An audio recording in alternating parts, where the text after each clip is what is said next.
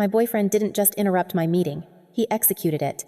The screen went black as his hand slammed the laptop shut, cutting off my lead engineer mid-sentence.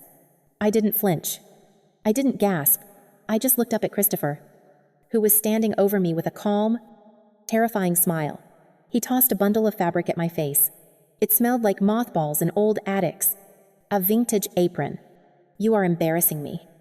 "Samantha," he said, his voice smooth, like he was explaining physics to a toddler. "A high-value man does not have a masculine wife who stomps around in pantsuits. Fix this. Or get out." Before we go any further, drop a comment telling me, what is the one thing in a relationship you would absolutely never compromise on? I want to see where you draw the line. I stared at the apron in my lap. I could have screamed. I could have cried. I could have pointed out that my masculine job paid the mortgage he was currently standing under. Instead, I calculated. Anger wasn't loud this time. It was clinical. If Christopher wanted to play house in the 1950s, he clearly hadn't looked at the inflation rates. I didn't argue. I didn't ask why. I simply nodded, picked up the apron, and initiated the most expensive, malicious compliance of my life. I decided right then that I wouldn't just give him what he wanted. I would give him exactly what he asked for, and I would let it choke him. By the next morning, our sleek, minimalist downtown condo looked like a museum exhibit on suburban suffocation. I replaced the airy linen curtains with heavy, floral drapes that blocked out the sun. I covered every surface with lace doilies and porcelain figurines that stared vacantly into space. When Christopher walked in, he stopped dead. But I didn't give him time to process. I walked out of the bedroom in full regalia. Stiff curls that felt like cement. A corset that made breathing optional. And heels that clicked like a countdown on the hardwood floor. I handed him a piece of paper. It wasn't a love note. It was a receipt for $4,500, charged directly to his credit card. A high-value woman must look the part. "Darling," I said, my voice pitched an octave higher than normal. Smooth and artificial. He stared at the total. "Samantha, what is this?" I smiled. A frozen, plastic expression that didn't reach my eyes. "Investments." "Christopher, you want the aesthetic. You pay the premium. Quality submission isn't cheap." He opened his mouth to argue, but stopped. He couldn't complain about the cost without admitting he couldn't afford the lifestyle he preached. He swallowed his anger, and I watched it burn a hole in his stomach. Later that afternoon, the Wi-Fi went down. Usually, I would have fixed it in 30 seconds. Instead, I sat on the couch and stared at the router. When he came home, furious that he couldn't stream his crypto trading session, I just batted my eyelashes. "Oh, honey, I couldn't possibly touch that," I said, widening my eyes in feigned ignorance. "Technology is so complex. Isn't that man's work? I wouldn't want to emasculate you by fixing it myself." He had to spend 2 hours on the phone with support while I dusted his gaming computer with a feather duster. Careful not to actually clean anything. Just moving the dust around while humming a tune from 70 years ago. The real shift happened on the 1st of the month. Christopher was an aspiring influencer, which meant I paid 70% of the bills. But traditional wives don't pay mortgages. I canceled my automatic transfers. When the notification hit his phone, he stormed into the kitchen. "Why did the mortgage payment bounce?" he demanded. I was busy rubbing lard onto a roast. Actual lard. "Because olive oil is too modern for a woman of my station?" "Darling," I cooed, not looking up from the meat. "Providers provide. I can't be worrying my pretty little head about finances." "That's your domain." I watched the color drain from his face. This is the trap they never see coming. Christopher wanted the submission of the 1950s, but he desperately needed the dual income of the 2020s. That is the paradox of the modern tradwife trend. Men like Christopher want the aesthetic of a servant, but they lack the economic power to actually be a master. They want a woman who has no authority, yet somehow still pays half the rent. I decided to feed his delusion. Literally. I stopped buying protein shakes and lean chicken. I cooked heavy, greasy pot roasts and cream-based casseroles. Within 2 weeks, his gym physique was softening, but he couldn't complain without breaking his own rules. The climax of this phase was the dinner party. He invited his Alpha Club friends over, including Daniel, a colleague of mine who I knew was actually decent. I served them tea in a maid outfit, trembling every time a man spoke. When Daniel asked me about the new software update at work, I flinched and hid behind Christopher. "Oh, I don't understand those big words," I whispered, looking terrified. Christopher says thinking too much gives women wrinkles. The room went silent. Daniel looked horrified. "Chris, is she okay? She looks medicated." Christopher turned red. He was humiliated. But he was trapped. He couldn't tell me to stop without admitting his entire ideology was a sham. I poured more tea. My hands steady. My mind clear. This wasn't revenge. It was accounting. And I was just balancing the books. Christopher stopped being annoyed. He started being calculating. I felt the shift in the air, like the drop in pressure before a storm. It wasn't about the mess anymore. It was about the narrative. I'd be in the kitchen, wrestling with a cast iron skillet, and he'd lean in close, his breath hot against my ear. "You look pathetic," he'd whisper, like a cheap clown playing dress-up. "My mother was right about you. You're broken." He knew exactly which buttons to push. He knew my insecurities better than I did. The first time I snapped, I dropped a plate. It shattered on the vintage tile. A loud, ugly crash. Instantly. His phone was up. He didn't record the insult. He didn't record the smirk. He recorded me standing over broken china, shaking with rage. "Baby, calm down," he said, his voice thick with fake concern. Perfect for his audience. "Why are you so hysterical? I'm just trying to help." He posted it to his private group 10 minutes later. I saw the notification pop up on his iPad. "Helping my wife through her mental health crisis. It's hard being the rock." This is the trap. It's called reactive abuse. He wasn't just documenting my behavior. He was manufacturing it. He would poke and prod and whisper poison until I exploded. And then he would hit record to capture the explosion, framing it as my instability rather than his provocation. He was curating a reality where I was the villain and he was the saintly, suffering husband. I realized with a sick feeling in my stomach that my malicious compliance had walked me right into a cage. Then the digital walls started closing in. I tried to log into my bank account to check my savings. Password incorrect. I tried my email. Password incorrect. I tried to call my sister. "Megan?" The call failed instantly. He had blocked her number. He had blocked everyone. He wasn't just controlling me. He was erasing me. He was cutting the lines so that when he finally told the world I had lost my mind, there would be no one left to contradict him. I felt panic rising in my throat. A cold, suffocating tide. But I forced it down. I couldn't let him see me sweat. That's what he wanted. I needed a lifeline.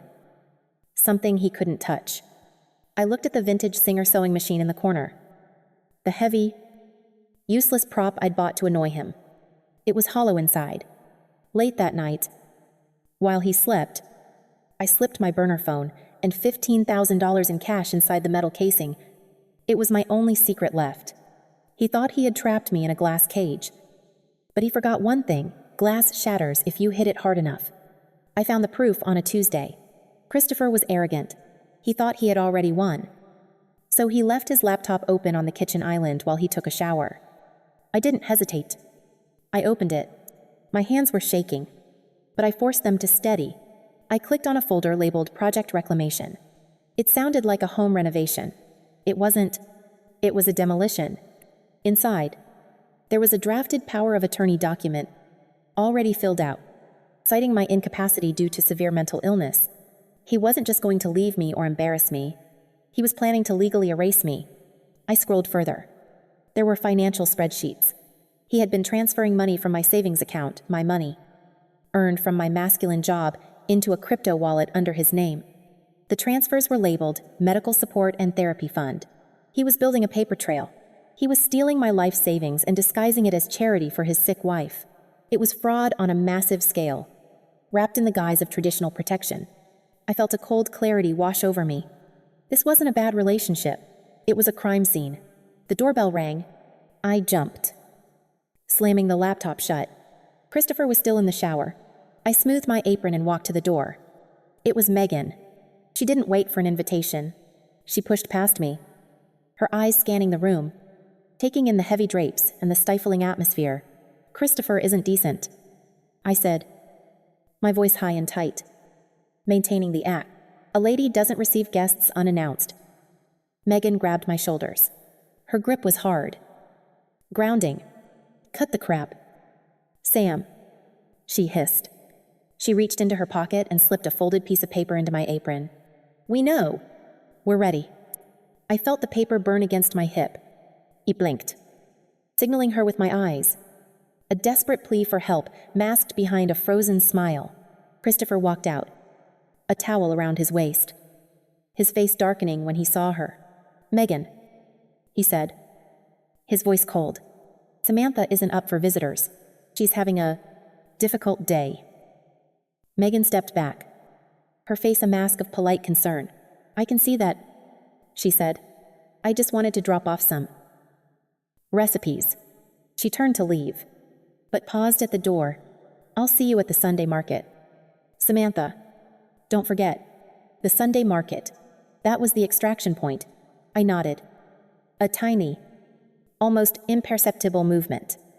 She left, and the lock clicked shut behind her. I was still trapped, but for the first time in weeks, I knew the way out. Sunday morning arrived like a sentencing. Christopher was agitated. He paced the living room, checking his camera angles, adjusting the lighting. He needed content for his channel's season finale, the breakdown video that would justify filing the power of attorney on Monday. He needed me to scream. He needed me to cry. He needed me to look crazy. He started small, accidentally spilling coffee on the floor. I had just scrubbed. When I didn't react, he escalated. He took my favorite vintage dress, the one I'd actually liked, and tore the hem. Look at this rag, he sneered. You can't even take care of your own clothes. I stood there, watching him unravel. He wanted a monster. I decided to give him a mirror. He cornered me in the kitchen, the camera rolling, the red light blinking like a warning eye. Look at this mess, he shouted, gesturing to the coffee stain. You're unstable. Samantha, you can't even function in your own home. Why are you doing this to us? I didn't scream. I didn't cry. I let my face go completely slack. I let the light leave my eyes. I became a gray rock. The coefficient of friction for coffee on linoleum is significantly lower than on hardwood, I said. My voice was flat, monotone, devoid of any human emotion. I sounded like a GPS with a low battery. Christopher blinked, confused. What? What are you talking about? I continued, staring at a spot on his forehead. To remove a coffee stain, one should blot, not rub.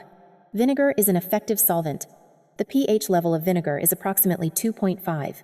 I started reciting facts from the washing machine manual I had memorized. Do not overload the drum. Ensure the water inlet hose is not kinked. Check the lint filter regularly. Stop it, Christopher yelled, shaking me. Act normal, scream at me, do something. He needed the drama. He needed the feed. I gave him nothing. Subject is exhibiting physical aggression. I narrated, my voice unshakable. Time 9:14 a.m. Heart rate appears elevated. Pupil dilation suggests acute stress response. He shoved me away, terrified. This wasn't the crazy he could use. This was something else. This was a void. You're insane, he whispered, backing away. I reached into my apron pocket and pulled out the burner phone. It was recording. It had been live streaming to my private cloud for the last 20 minutes. Every insult, every shove, every desperate attempt to manufacture a crisis. You wanted a trad wife, Christopher, I said, and my voice was finally my own again, cold, sharp, and lethal. But you forgot one thing. Trad wives have very protective families. The door crashed open. Megan didn't knock this time. She kicked it. Daniel was right behind her, looking less like a colleague and more like a security detail. They didn't just walk in, they swarmed. Get away from her, Megan commanded. Christopher tried to posture, tried to find his alpha frame, but he was deflating in real time. You can't be here, he stammered. This is my house. She's sick. She's not sick, I said, stepping forward. I pulled a sheaf of papers from my apron, the ones I'd printed at the library during my market runs. And it's not your house? I froze the joint assets 3 hours ago. The crypto transfer you tried to make this morning flagged as fraud. The bank is already investigating. He checked his phone. His face went gray. He hadn't stolen my money. He had just created a permanent digital record of his own attempted theft. You can't do this, he whispered. I have power of attorney. Drafted. Not signed. I corrected. And definitely not notarized. You have nothing. Christopher. Except a lease you can't pay and a condo full of vintage furniture you forced me to buy. I handed him the final receipt. I'm taking the sewing machine. You can keep the doilies. We left him there, standing in the center of the glass cage he had built, surrounded by the suffocating clutter of a fantasy that had just bankrupted him. 6 months later. My apartment is clean. Not empty. Just clean. No heavy drapes. No performative clutter. Just sunlight and space. I'm dating Daniel now. He asked me yesterday what I wanted for dinner. Not what I should cook, but what I wanted. It's a small thing. But it feels like freedom. I donated the sewing machine to a women's shelter last week. I kept the cash. Though, a woman should always have her own safety net. If you've ever had to dim your light just to keep the peace, click subscribe. We're turning the lights back on. One story at a time.